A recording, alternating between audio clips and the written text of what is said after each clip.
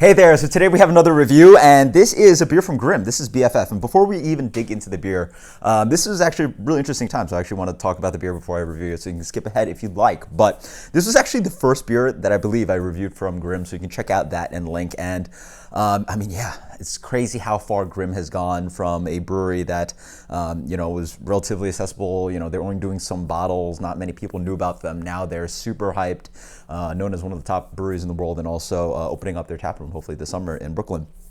But also, I remember I picked that growler up of the previous batch just a while ago when I was going to Bacchus. So Bacchus was rated as one of the top breweries in the world, and obviously thanks to Jason and Mike, amazing brewing. And now they've moved on to their own project at Hudson Valley Brewery, and they're also now rated one of the top breweries in the world. So it's just crazy how the New York scene has grown and changed so much. So really, good memories. So, but anyway, talking about this. This is BFF. So they call this a triple, Tripel IPA, so inspired by Belgian triples, sort of like a super hopped kind of triple, by the name, but also inspired by beers like Houblon Chouf, which actually I should probably review after this. I'll try to get a bottle, which is a super hopped Belgian golden strong ale or triple kind of beer. So let's dig into beer.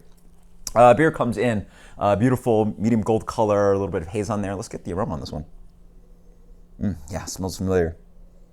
You get this just familiar kind of piney quality, some citrus, some grapefruit, but then you get that kind of Belgian light spiciness coming through. There's a nice kind of like biscuity malt in there, some graininess, some breadiness, some sweetness underlying it. It has a little bit of juiciness, leaning towards a little bit of tropical fruit. Cheers.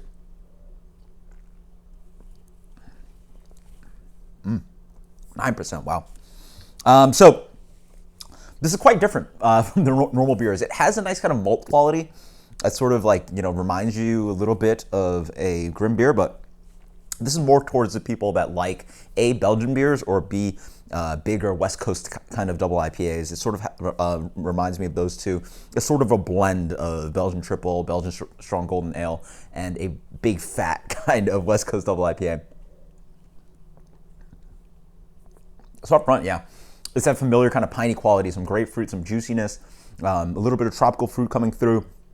And then again, it has this like light kind of grainy sweetness, but again, it's fat. It has this kind of like double IPA malt quality behind it. It is, again, bittered. It's dried out from the Belgian yeast, but it has a nice kind of, rounded quality in the middle.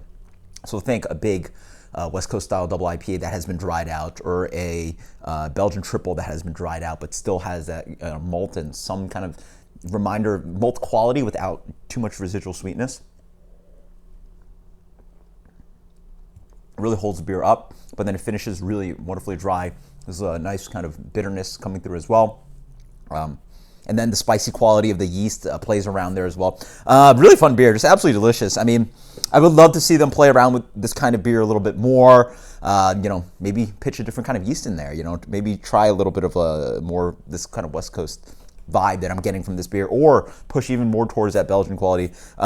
Just really fun kind of hybrid kind of style. It's really, really delicious beer. I really like how it's well hopped, but still has that kind of yeast expression in it. Absolutely delicious beer, really fun stuff. So check it out. This one for me. It's nice. It's very good. Let's go to 89 on this one. Sure. Let's go to an 89 on this one. Until next time, guys, cheers. Let me know what you think. Until next time, later.